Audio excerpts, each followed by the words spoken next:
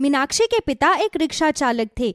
कुछ महीनों पहले एक बीमारी के चलते उसके पिता का निधन हो गया था, जिसके बाद उसकी माँ और छोटे भाई रिंकू की सारी जिम्मेदारी मीनाक्षी पर आ गई और मीनाक्षी ने पैसा कमाने के लिए अपने पिता की पुरानी रिक्शा को चलाना शुरू कर दिया।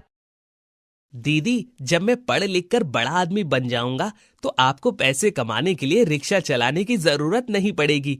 फिर मैं पैसे कमाकर आपका और माँ का ध्यान रखूंगा। हाँ रिंकू, मैं भी चाहती हूँ कि तू पढ़ लिख कर जल्दी से बड़ा आदमी बन जाए, लेकिन उसके लिए तुझे अपनी पढ़ाई पर अच्छी तरह ध्यान देना होगा। इसके लिए मुझे स्कूल से तेरी कोई भी शिकायत नहीं आनी चाहिए।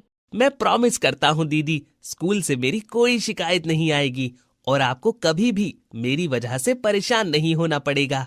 मेरा समझदार भाई, ये ले तेरा लंच बॉक्स और जल्दी से स्कूल जा, नहीं तो देर हो जाएगी। माँ, मैं अब रिक्शा चलाने जा रही हूँ। कोई काम हो तो मुझे फोन कर देना और ज्यादा काम मत करना। डॉक्टर ने तुम्हें आराम करने के लिए कहा है। ठीक है बेटा, ध्यान से जाना और समय से घर लौट कर आ जाना। मीनाक्षी अब अपनी रिक्शा लेकर बाजार में पहुंच जाती है और हर रोज की तरह सवारियों को अपनी रिक्शा में बैठाकर उन्हें उनकी मंजिल तक पहुंचा देती है।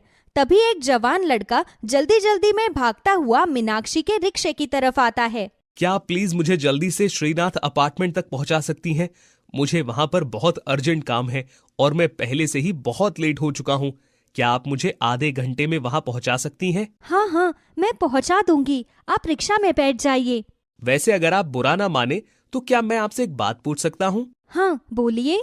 मैंने आज से पहले कभी किसी लड़की को रिक्शा चलाते हुए नहीं देखा। लड़कियां या तो ज्यादातर कढ़ाई बुनाई का काम करती हैं या फिर सिलाई का, लेकिन आपके शौक थोड़े से अलग हैं। जी, ये मेरा कोई शौक नहीं, बस मेरी मजबूरी है। जब मैं छोटी थी तो मेरे पिताजी गांव से हमें शहर लेकर आए थे। उसके बाद कई सालों तक हमारी आर्थिक स्थिति कुछ ठीक नहीं थी, तो पिताजी मुझे पढ़ा नहीं पाए। अभी कुछ साल पहले ही मेरे पिताजी ने ये रिक्शा खरीदी थी। इसी रिक्शा को चलाकर वो पैसे कमाते थे, लेकिन कुछ समय पहले वो चल बसे, इसलिए घर की सारी जिम्मेदारी मुझ पर आ गई। मैं पढ़ी लिखी तो थी नहीं, इसलिए पिताजी की रिक्शा चलाने के अलावा मेरे पास कोई चारा नहीं था। बस इसीलिए मैंने रिक्शा चलानी शुरू की। अच्छा, तो ये बात है। काफी मोटिवेट हुआ मैं आपकी बातें सुनकर। ये लीजिए, आपका श्रीनाथ अपार्टमेंट आ गया। थैंक यू सो मच, आपने मुझे टाइम पर पहुंचा दिया। वैसे कितने पैसे हुए आपके? आपके 150 रुपए हो गए। प्रीतम जैसे ही पैसे निकालने के लिए अपनी जेब में पर्स को ढूंढता है तो उसे उसका पर्स कहीं भी नहीं मिलता। ओ माय गॉड, मेरा पर्स कहाँ चला गया?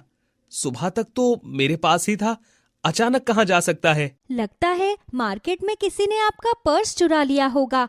वहाँ पर तो आए दिन किसी ना किसी का पर्स चोरी होता ही है। शायद किसी ने मेरा भी पर्स चोरी कर लिया। पर अब मैं आपको आपके पैसे कैसे दूं? एक काम कर सकते हैं, आप मुझे अपना नंबर दे दीजिए। मैं मीटिंग खत्म होते ही आपको ऑनलाइन पैसे ट्रांसफर करवा दूंगा। अभी मेरा फोन बंद है, वरना मैं अभी के अभी आपको पैसे ट्रांसफर कर देता। कोई बात नहीं, इस कागज पर मेरा नंबर लिखा है। आप मीटिंग खत्म होने के बाद मेरे पैसे मुझे भेज दीजिएगा। अब मैं चलती हूँ। मीनाक्षी अपनी रिक्शा लेकर वहाँ से चली जाती है, लेकिन प्रीतम को पहले ही मुलाकात में मीनाक्षी बहुत अच्छी लगने लगती है। कुछ तो अलग बात है इस लड़की में। लगता है मुझे इससे बात थोड़ी आगे बढ़ानी पड़ेगी। प्रीतम मीटिंग खत्म होने के तुरंत बाद मीनाक्षी को उसके पैसे ट्रांसफर कर देता है। अब वो मीनाक्षी से मिलने के बहाने हर रोज उसकी रिक्शा के पास जाकर खड़ा हो जाता है और उसकी रिक्शा से कहीं ना कहीं आया जाया करता। तभी एक दिन उसने रिक्शा में बैठे हुए ही मीनाक्षी से कहा, मैं इतने दिनों से आपकी रिक्शा में ही आ जा रहा हूँ, लेकिन मुझे तुम्हारा नाम तो पता ही नहीं। क्या नाम है तुम्हारा? मेरा नाम तो मीनाक्षी है सर, मेरे पापा ने रखा था। तुम्हारी ही तरह तुम्हारा नाम भी बहुत प्यारा है। आपने कुछ कहा क्या सर? मैंने सुना नहीं। नहीं नहीं, और प्लीज आप मुझे सर मत बुलाया करो। मेरा नाम प्रीतम है तो आप मुझे प्रीतम कहकर बुला सकती हो। नहीं सर, मैं आपको सर कहकर बुलाऊं, मेरे लिए वही ठीक है। अच्छा, कोई बात नहीं। मीनाक्षी, वैसे मैं कह रहा था कि आज मेरा जन्मदिन है। इस शहर में मेरा कोई भी दोस्त नहीं है, तो क्या तुम मेरे साथ मेरा बर्थडे सेलिब्रेट करने चल सकती हो? क्या? ये आप क्या कह रहे हैं? मैं एक रिक्शा चलाने वाली हूँ और आप इतने बड़े आदमी, मैं आपके साथ आपका जन्मदिन मनाने कैसे चल सकती हूँ? अरे यार, तुम भी ना बहुत सोचती हो। अब मैं इतने टाइम से तुम्हारे रिक्शे में आ जा रहा हूँ तो जान पहचान तो हो ही गई। प्लीज चलो ना, वरना आज मुझे अपना जन्मदिन अकेले ही मनाना पड़ेगा। अच्छा ठीक है। प्रीतम अब मीनाक्षी को एक पार्क में लेकर जाता है और वहाँ पर अपने बर्थडे का केक कट करता है। मीनाक्षी, मैं बहुत दिनों से तुमसे एक बात कहना चाहता था और मुझे नहीं लगता कि वो बात कहने का इससे बेहतर मौका मुझे कभी और मिल सकता है। कौन सी बात सर? मीनाक्षी, जिस दिन मैंने तुम्हारी कहानी सुनी थी, मुझे उसी दिन तुम बहुत अच्छी लगी थी और इसीलिए मैं हर रोज तुमसे मिलने के लिए तुम्हारी रिक्शा में आया जाया करता था। देखो, मैं तुम्हारा वक्त जाया नहीं करूंगा। सिर्फ तुमसे एक सवाल पूछना चाहता हूँ, क्या तुम मुझसे शादी करोगी? शादी? और वो भी आपसे? सर देखिए, मैं एक बहुत ही गरीब घर की लड़की हूँ। मुझ पर मेरे माँ और भाई की जिम्मेदारी है।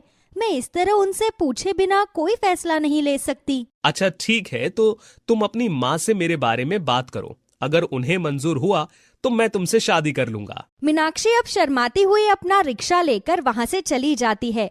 घर जाकर वो अपनी माँ से प्रीतम के बारे में बात करती है तो उसकी माँ प्रीतम को मिलने के लिए अगले हफ्ते अपने घर पर बुला लेती है। अगले हफ्ते प्रीतम अकेला ही मीनाक्षी की माँ से मिलने उनके घर आता है।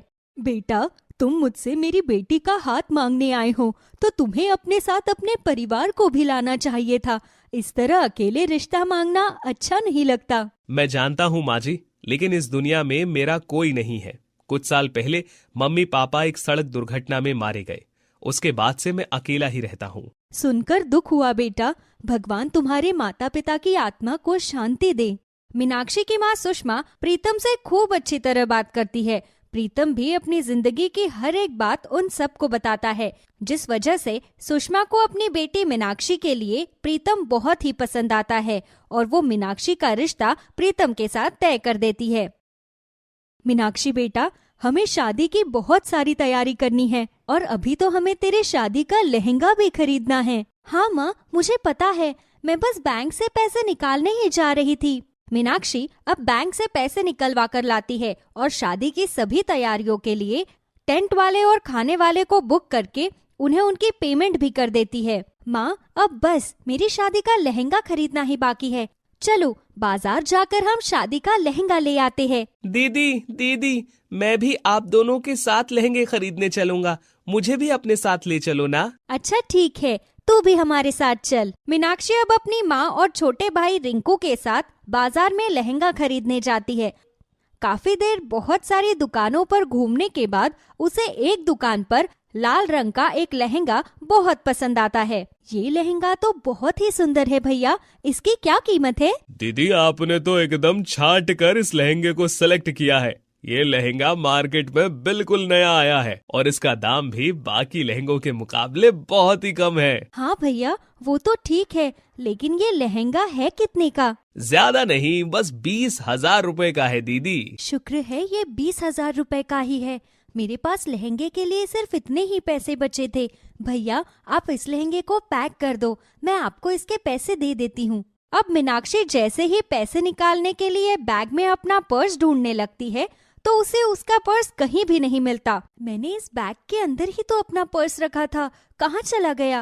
अरे बहन जी, आपको तो पता है इस बाजार में कितनी चोरियां होती हैं।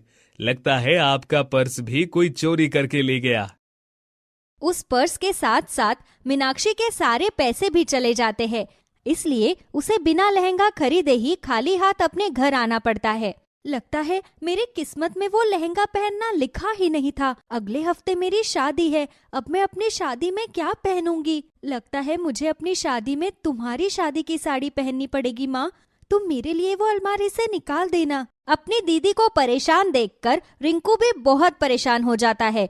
अगले दिन वो स्कूल से आता है तो उसके हाथ में एक गिफ्ट बॉक्स होता है, जिसे वो लाकर मीनाक्षी को दे देता है। ये तू मेरे लिए क्या खरीद कर ले आया? आज तो मेरा जन्मदिन भी नहीं है। दीदी, आप इस गिफ्ट को खोल कर तो देखो। मुझे पता है इस गिफ्ट को देखकर आप बहुत खुश हो जाओगे। अच्छा, अगर ऐसी बात है तो मैं अभी इसको खोल कर देखती हूँ। मीनाक्षी जैसे ही उस गिफ्ट को खोलती है तो उसके अंदर वही लहंगा होता है। जिसे उसने लहंगे की दुकान पर पसंद किया था। ये तो वही लहंगा है जिसे मैंने पसंद किया था, लेकिन तेरे पास ये लहंगा कहाँ से आया? तेरे पास इस लहंगे को खरीदने के पैसे कहाँ से आए? दीदी, आपको याद है थोड़े दिन पहले जब मैंने बताया था कि मैं अपने स्कूल की तरफ से क्विज कंपटीशन में गया था और उसमें पहला इनाम 20,000 रुपए का था। आज उस क्विज का रिजल्ट आया था। आपको पता है मैं उस क्विज में फर्स्ट आया, इसीलिए मुझे 20,000 रुपए का इनाम मिला और मैं उन 20,000 रुपयों से आपके लिए ये लहंगा ले आया। आप हमेशा मेरे लिए इतना सब करती हैं, इसीलिए आज मैं भी आपके लिए तोहफा ले आया। रिंकू की बातें सुनकर मीनाक्षी की आंखों में आंसू आ जाते हैं। वो अपने छोटे भाई रिंकू को अपने गले से लगा लेती है। मुझे तो पता ही नहीं चला कि मेरा छोटा भाई कब इतना बड़ा हो गया। देखो तो माँ, ये क्विज के जीते हुए पैसों से मेरे लिए मेरी शादी का लहंगा लेकर आया है। दिन बीतते हैं और कुछ ही दिनों में मीनाक्षी की शादी का दिन भी आ जाता है। अपनी शादी वाले दिन मीनाक्षी अच्छी तरह तैयार होकर उस लहंगे को पहनती है, जिसे पहनकर वो बहुत ही ज्यादा सुंदर लगती है। प्रीतम और मीनाक्षी की शादी बहुत ही अच्छी तरह और धूमधाम से संपन्न होती है, जिसके बाद मीनाक्षी अपनी माँ और रिंकू को अपने साथ लेकर अपने ससुराल चली जाती है।